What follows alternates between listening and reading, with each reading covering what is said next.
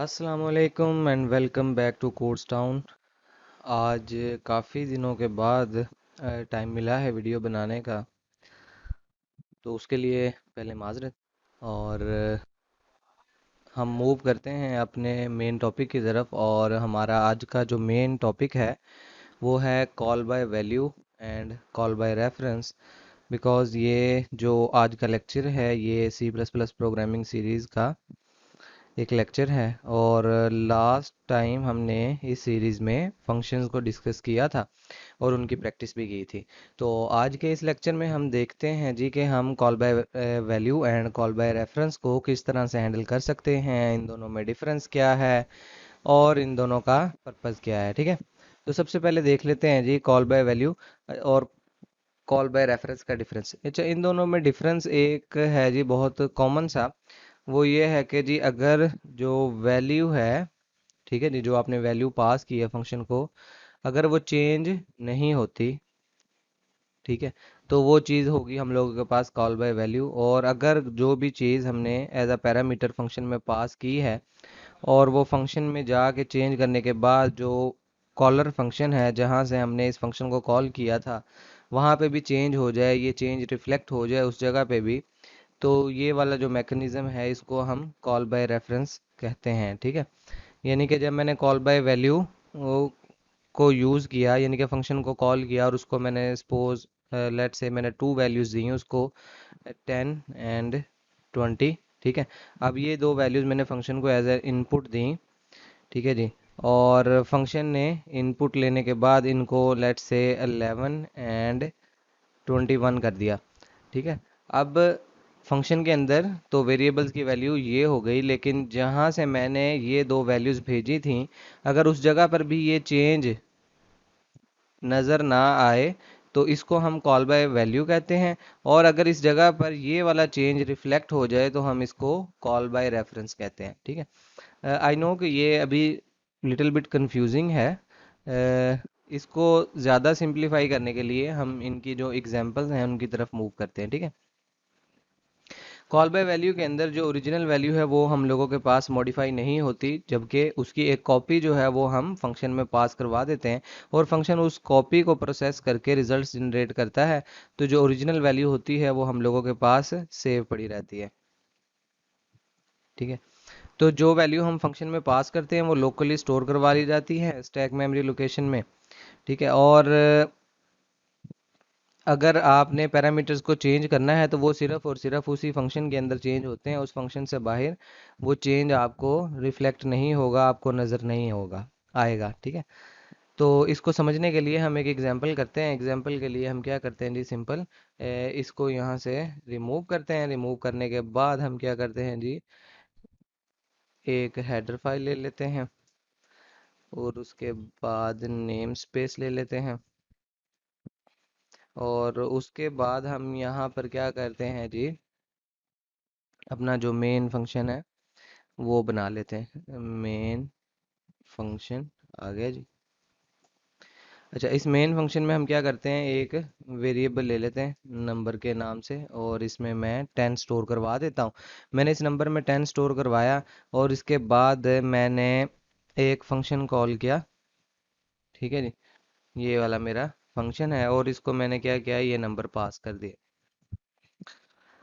अब ये पास करवाने के बाद मैंने सिंपली क्या करना है, जो मेरा वेरिएबल था उसको मैं प्रिंट करवा लेता हूँ जी। और प्रिंट करवाने के लिए हम यहाँ पर क्या लिख देते हैं जी, वैल्यू ऑफ वेरिएबल इज, ये आ गया जी मेरे पास वैल्यू। उसके बाद हम इसको ख़त्म करते हैं और यहाँ पर हम क्या करते हैं जी, सिस्टम पॉज की कमांड लगाते हैं। ठीक है, ये हो गया। अब ये जो फंक्शन है मैंने यहाँ पे मेन से पहले डिफाइन नहीं किया। ठीक है, तो मुझे इसको मेन से पहले जो है वो डिक्लेयर करना पड़ेगा। तो हम इस तरह से कर लेते हैं जी, ये मैंने इसको डिक्लेयर कर दिया। ठीक है, अब इसको डिफाइन भी कर लेते हैं। डिफाइन करने के लिए हम क्या करते हैं जी, void फंक्शन इंट, ले जी, ये मैंने फंक्शन अपना डिफाइन कर दिया। अच्छा जी, यहाँ पे टी नहीं लगाया, सॉरी। फंक्शन, हाँ अब ठीक है, स्पेलिंग मिस्टेक थी, उसको मैंने करेक्ट कर दिया। अब ये वाला फंक्शन क्या कर रहा है जी, ये देखें, ये मैंने डिक्लेयर किया एक फंक्शन, यहाँ पे इस फंक्शन को कॉल किया, फंक्शन को मैंने एक पैरामीटर जो है वो एज एन इनपुट दी। तो यहाँ पे जो काम मैं कर रहा हूँ वो कॉल बाय वैल्यू वाला कर रहा हूँ, ठीक है, कि मैं यहाँ पे वैल्यू पास करवा रहा हूँ। तो अब होगा क्या कि ये मैंने एक वेरिएबल जब डिक्लेयर किया तो मेमोरी में इसको एक लोकेशन मिली और उस लोकेशन पे हमने 10 स्टोर करवाया। जब हम ये वाला वेरिएबल यहाँ पे फंक्शन में पास करेंगे तो फंक्शन की अपनी जो लोकल स्टैक के अंदर मेमोरी है वहाँ पर एक और वेरिएबल क्रिएट किया जाएगा और उस वेरिएबल के अंदर हमने 10 स्टोर करवा देना। यानी कि अब जो नया वेरिएबल क्रिएट हुआ वो है नम के नाम से, या हम इसको ज़्यादा सिंप्लीफाई करने के लिए यहाँ पे नंबर 2 कर लेते हैं, ठीक है। ये वेरिएबल, ये नंबर 1 था, और ये लें, ये नंबर 1 था। नंबर 1 को मैंने पास किया फंक्शन में, फंक्शन में जाने के बाद एक और वेरिएबल क्रिएट किया गया नंबर 2 के नाम से, और जो नंबर 1 की वैल्यू थी वो नंबर 2 में कॉपी हो गई। कॉल बाय वैल्यू के अंदर कंटेंट्स कॉपी होते हैं हम लोगों के पास, ठीक है। तो यहाँ पे नंबर 2 के अंदर जो नंबर 1 की वैल्यू थी वेरिएबल की वो कॉपी होके आ गई। अब हमने सिंपल क्या करना है जी, हम इस तरह से कर लेते हैं जी, नंबर 2 को हम कर देते हैं जी प्लस प्लस, ठीक है। सिंपली मैंने नंबर 2 के अंदर एडिशन किया, यानी कि अगर नंबर 1 की वैल्यू 10 थी तो नंबर 2 में भी 10 आया। जैसे ही हम इस फंक्शन में एंटर हुए तो मैंने जो मेरा वेरिएबल था उसके अंदर, उसकी वैल्यू के अंदर एक का इंक्रीमेंट कर दिया, तो नंबर 2 की वैल्यू क्या हो गई, 11। अब हम इसको रन करके देखते हैं कि जब मैंने इस फंक्शन को कॉल कर लिया तो इस फंक्शन में जो वैल्यू मैंने एज एन इनपुट भेजी थी उसके अंदर एक का इंक्रीमेंट हो चुका। यानी कि मैंने भेजा था 10, तो उस 10 के अंदर एक का इंक्रीमेंट हो गया तो वो वैल्यू हो गई 11। तो क्या वो वैल्यू अब इस फंक्शन में भी चेंज हुई है या नहीं, हम ये देखना चाहते हैं। अगर तो वो वैल्यू इस फंक्शन में चेंज नहीं होती तो इस पूरे प्रोसेस को हम कॉल बाय वैल्यू कहते हैं, बिकॉज वो वैल्यू सिर्फ और सिर्फ यहीं पे चेंज हुई, ठीक है। और अगर यहाँ पे चेंज करने से इस जगह पर भी वो चेंज रिफ्लेक्ट हो तो उस पूरे प्रोसेस को कॉल बाय रेफरेंस कहते हैं। इसको हम और ज़्यादा समझने के लिए इसको रन करके देख लेते हैं और इसको समझ लेते हैं। तो ये प्रोग्राम जो है जी वो बिल्ड हो रहा है हम लोगों के पास। तो यहाँ पर आप देख सकते हैं जी कि value of the variable is 10, ठीक है। तो ये नंबर 1 जो मेरा वेरिएबल था उसके अंदर मैंने 10 स्टोर करवाया था। तो फंक्शन में भेजने के बाद मैंने उसके अंदर चेंजिंग की और फिर उस चेंजिंग करने के बाद मैंने उस वेरिएबल को यहाँ पे प्रिंट करवाया, तो वो चेंज मुझे यहाँ पे रिफ्लेक्ट नहीं हुआ। अब देखें यहाँ पे अगर मैं ये वाला काम करता हूँ,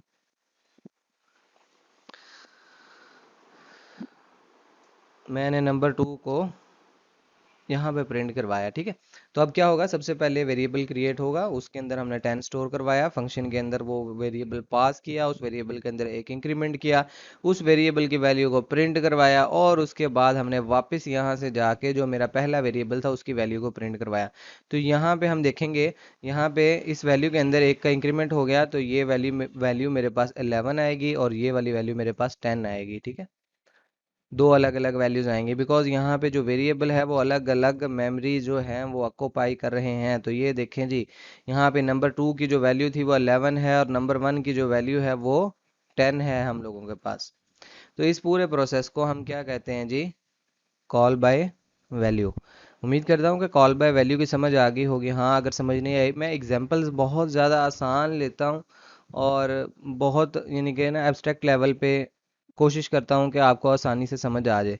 हम डिटेल में भी जाएंगे लेकिन आजकल सिचुएशन कुछ इस तरह की है कि टाइम नहीं मिलता वीडियोस बनाने के लिए, क्योंकि वीडियो बनाना ही सारा काम नहीं है। पहले कंटेंट को क्यूरेट करना, उसके बाद वीडियो बनाना, सेटअप क्रिएट करना, बैठना, उसके लिए टाइम निकालना, फिर उसके बाद जी वीडियो को एडिट करना, फिर 4 से 5 बार उसको देखना, उसकी मिस्टेक्स अगर कोई मिल जाती हैं वो दूर करना, उसके बाद उसको पब्लिश करना, उसकी एसईओ करना, ये सारी चीज़ें जो हैं काफ़ी टाइम टेकिंग है, लेकिन रिस्पांस वैसा नहीं मिलता।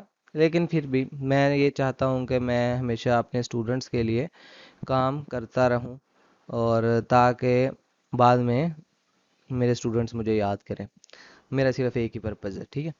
तो ये था जी हमारा कॉल बाय वैल्यू वाला कंसेप्ट। तो अब हम चलते हैं जी कॉल बाय रेफरेंस की तरफ। तो कॉल बाय रेफरेंस में सिंपल एक छोटी सी चेंजिंग है, ठीक है। उसमें जो ओरिजिनल वैल्यू है वो हम लोगों के पास मॉडिफाई हो जाती है, क्योंकि हम जो है रेफरेंस पास करते हैं, ना कि एक्चुअल जो हम लोगों के पास वेरिएबल है वो। ये देखिए यहाँ पे मैंने अपना पूरा वेरिएबल पास करवाया था, लेकिन अगर जब हम कॉल बाय रेफरेंस की बात करेंगे तो यहाँ पे मैं वेरिएबल नहीं, मैं रेफरेंस पास करवाऊंगा, ठीक है। एड्रेस जो है वो हमने फंक्शन को पास करवा देना है, ठीक है। और वो जो एड्रेस होगा वो एक्चुअल और फॉर्मल जो पैरामीटर्स होंगे दोनों शेयर करेंगे, और सेम एड्रेस स्पेस होगी दोनों की। तो एक अगर जगह से हम चेंज करेंगे तो वो चेंज दूसरी जगह पे भी आपको रिफ्लेक्ट होगा, ठीक है। तो इस कंसेप्ट को समझने के लिए आपको थोड़ा बहुत जो है वो पॉइंटर्स का आइडिया होना लाजमी है। अगर आपको पॉइंटर्स का आइडिया नहीं है तो कोई मसला नहीं है, मैं अभी तक जितने आपको पॉइंटर्स आने चाहिए उतने अभी समझा देता हूँ। और बाकी जब हम पॉइंटर्स का लेक्चर करेंगे तो उसमें इंशाल्लाह कोशिश करूँगा कि आपको बेहतर तरीके से समझ आ जाए, ठीक है। तो ये जो एग्जांपल थी इसको हम यहाँ से क्या करते हैं जी, कमेंट कर देते हैं। और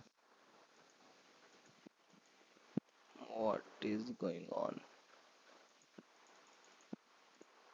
दोनों के ये कमेंट क्यों नहीं कर रहा। अच्छा ठीक है जी, ये कमेंट हो गया जी। अब हमने सिंपली क्या करना है, ऊपर मैंने ये हेडर फाइल डिक्लेयर कर दी है, नेम स्पेस भी डिक्लेयर कर दी है। यहाँ पर हम सिंपली क्या करते हैं जी, अपना जो एक मेन फंक्शन है वो बना लेते हैं, ठीक है। ये आ गया जी मेरा मेन फंक्शन। अब इस मेन फंक्शन में करना क्या है जी, मैंने सिंपली कुछ भी नहीं करना, मैं लेता हूँ जी दो वेरिएबल्स, एक एक्स और एक वाई, ठीक है। एक्स के अंदर मैं 10 स्टोर करवा देता हूँ, और वाई के अंदर मैं जो है 20 स्टोर करवा देता हूँ, ठीक है। ओ सॉरी, एक्स के अंदर मैंने 10 स्टोर करवाया, वाई के अंदर 20 स्टोर करवाया। यहाँ पे मैं डिक्लेरेशन एंड इनिशियलाइजेशन अलग अलग लाइंस पे कर रहा हूँ, आप चाहें तो सेम लाइन पे भी कर सकते हैं, ठीक है। अब मैंने दो वेरिएबल्स बना लिए, उनमें दो वैल्यूज़ भी स्टोर करवा दी। मैं सिंपली ये चाहता हूँ कि मैं एडिशन का एक फंक्शन लिखूँ, ठीक है। और उसके अंदर मैं क्या करता हूँ जी, एक्स और वाई का जो एड्रेस है वो पास करवा देता हूँ, ठीक है। अच्छा जी, अब ये मेरा क्या था, ये मेरा फंक्शन का नेम है। ये जो एंड है इसको हम एंड ऑपरेटर कहते हैं, ठीक है। वो जो डबल दो बार अगर ये साइन लगाएं तो हम इसको एंड ऑपरेटर कहते हैं, अगर सिंगल टाइम यूज करें तो हम इसको एड्रेस ऑपरेटर कहते हैं, ठीक है जी। तो मैंने एड्रेस ऑपरेटर लगाया। एड्रेस ऑपरेटर सिंपली अगर किसी वेरिएबल के साथ लगाएं तो वो क्या करता है, आपने बस इतना याद रखना है कि अगर किसी वेरिएबल के साथ एड्रेस ऑपरेटर लगाया तो जब हम इसकी आउटपुट लेंगे तो वहां पे हमें एड्रेस मिलेगा आउटपुट में, ठीक है। तो एंड एक्स का मतलब है कि एक्स का एड्रेस, और एंड वाई का मतलब है वाई का एड्रेस, ठीक है जी। तो यहाँ पे 10 और 20 नहीं जा रहा, बल्कि 10 जहाँ पे स्टोर है उस लोकेशन का एड्रेस, और 20 जहाँ पे स्टोर है उस लोकेशन का एड्रेस।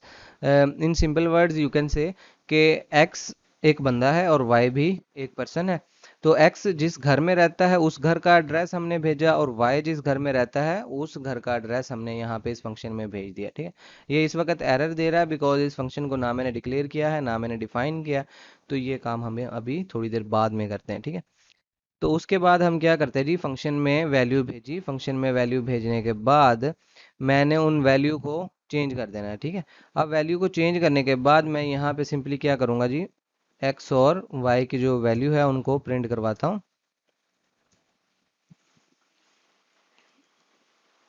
ये एक्स की वैल्यू आ गई जी, और इसी लाइन को हम कॉपी कर लेते हैं जी, और यहाँ पर हम वाई कर देंगे, और इस जगह पर भी हम वाई कर देंगे, ठीक है जी।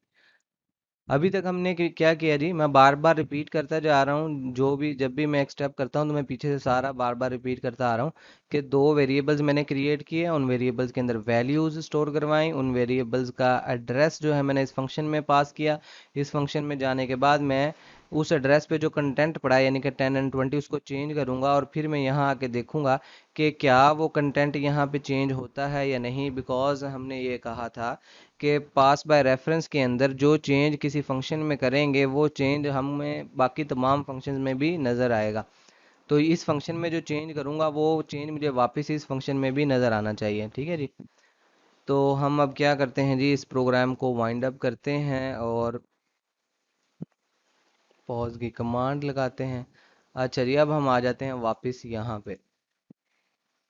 यहाँ पे आने के बाद हम क्या करते हैं जी, एडिशन का एक फंक्शन बनाते हैं, और ये क्या करेगा जी, ये दो पॉइंटर्स एक्सेप्ट कर रहा है। ठीक है। अब पॉइंटर क्या करता है जी, तो सबसे पहले हम पॉइंटर को देख लेते हैं जी। पॉइंटर एक्चुअल में एक वेरिएबल ही होता है, लेकिन जिस तरह से नॉर्मल वेरिएबल्स वैल्यू स्टोर करते हैं उसी तरह से ये जो पॉइंटर्स हैं ये वैल्यूज़ को स्टोर नहीं करते, बल्कि ये जो हैं हम लोगों के पास एड्रेस को स्टोर करते हैं। ठीक है। तो पॉइंटर्स क्या करते हैं, एड्रेस को स्टोर करते हैं, नॉर्मल वेरिएबल्स जो हैं वो वैल्यू को स्टोर करते हैं।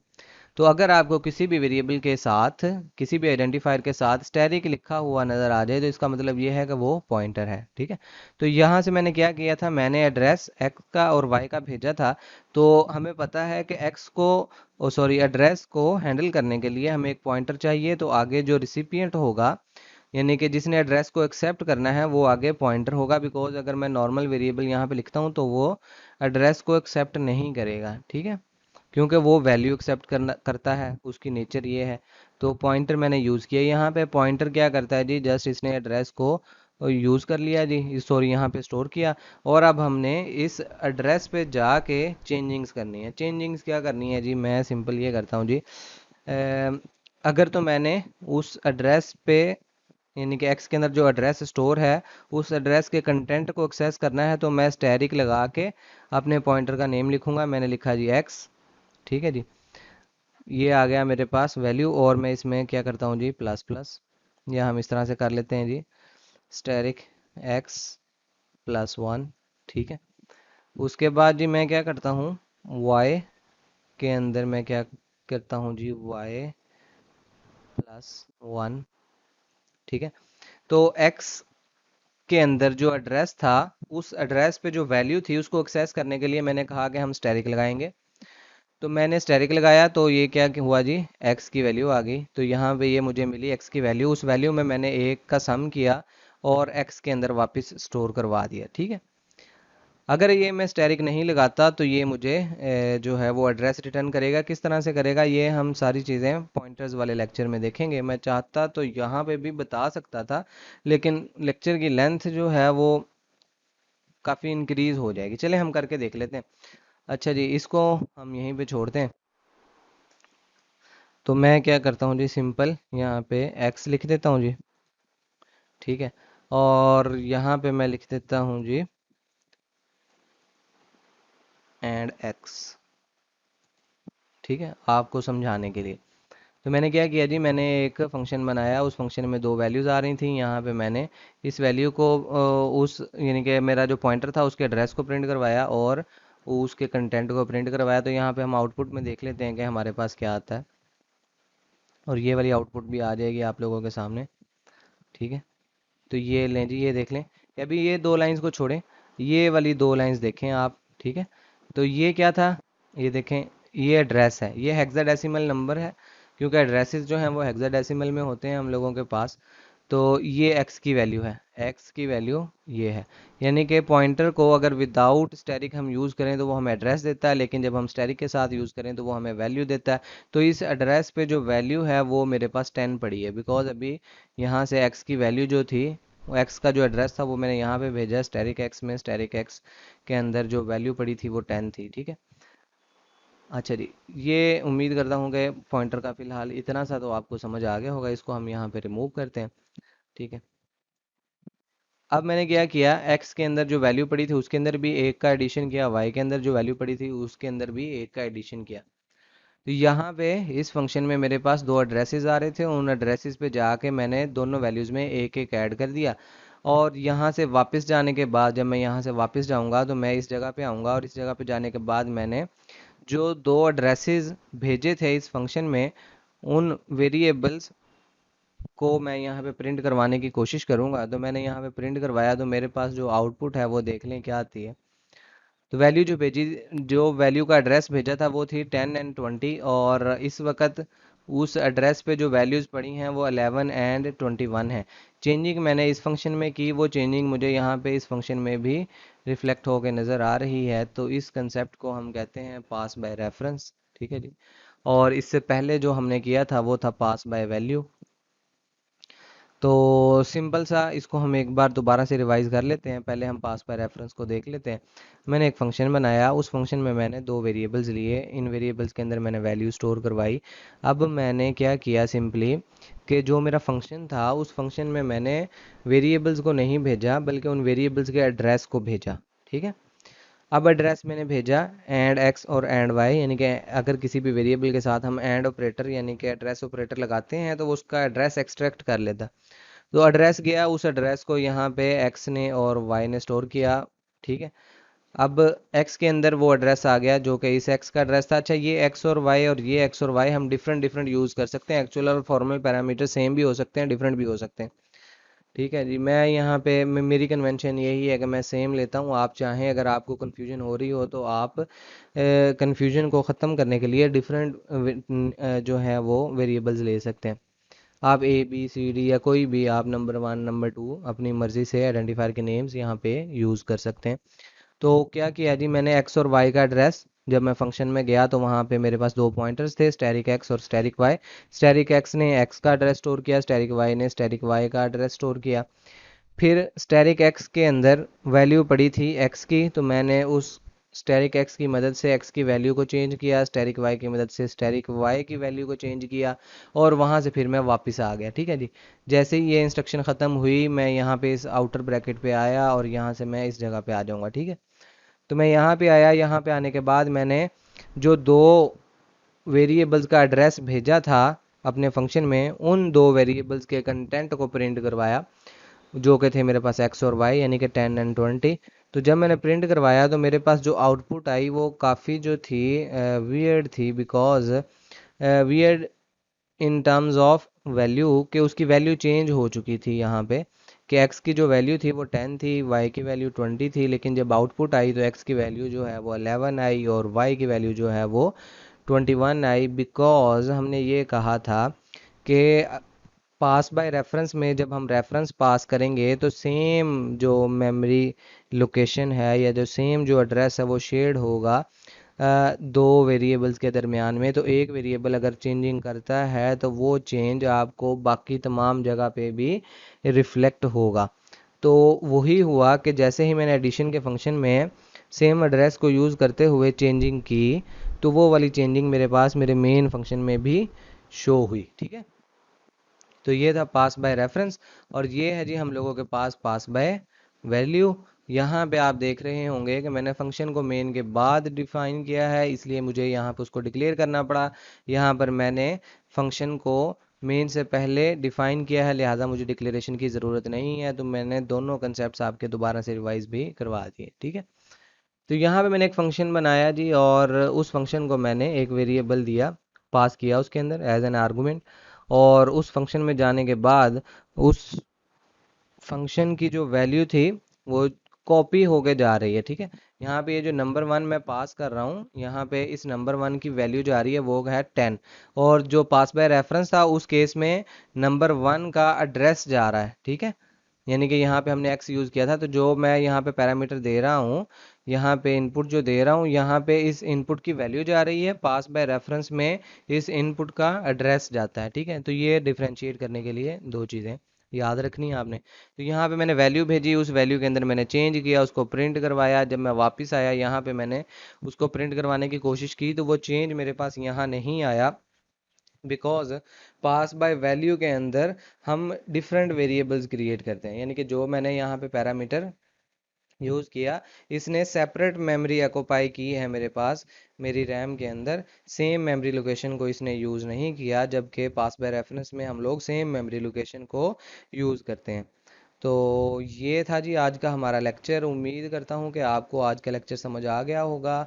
मैंने इस कोड को कमिट किया हुआ है बिकॉज़ मैंने इसके बाद पास बाय रेफरेंस का प्रोग्राम भी इसी फाइल में ही लिखा था।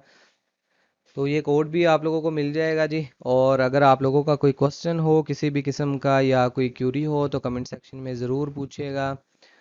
मैं जो है वो आपकी ओपिनियन का वेट करूँगा। तो मिलते हैं नेक्स्ट लेक्चर में। टिल देन अल्लाह हाफिज़, अपना बहुत सारा ख्याल रखिएगा। ये बहुत इंपॉर्टेंट टॉपिक्स हैं। और हाँ, एक बात, सॉरी सॉरी सॉरी सॉरी, जाते हुए मैं दोबारा से दोनों का कॉल बाय वैल्यू और कॉल बाय रेफरेंस का जो डिफरेंस है वो मैं रिकॉल करवाता जाऊँ आप लोगों को।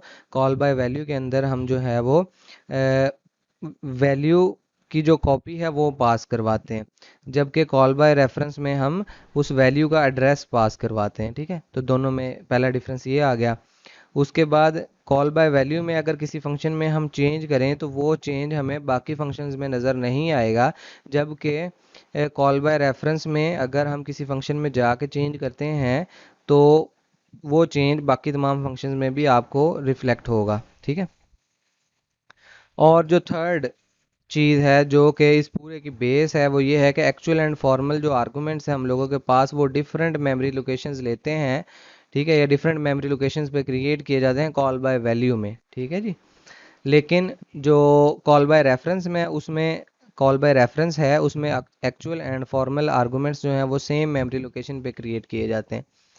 तो ये तीन मेजर डिफरेंसेस थे जी हम लोगों के पास कॉल बाय वैल्यू और कॉल बाय रेफरेंस के। तो उम्मीद करता हूँ कि आज का लेक्चर आप लोगों को पसंद आया होगा। अगर किसी का कोई भी मसला हो तो आप लोग ज़रूर डिस्कस कीजिएगा। मिलते हैं नेक्स्ट लेक्चर में। टिल देन अल्लाह हाफिज़, अपना बहुत सारा ख्याल रखिएगा।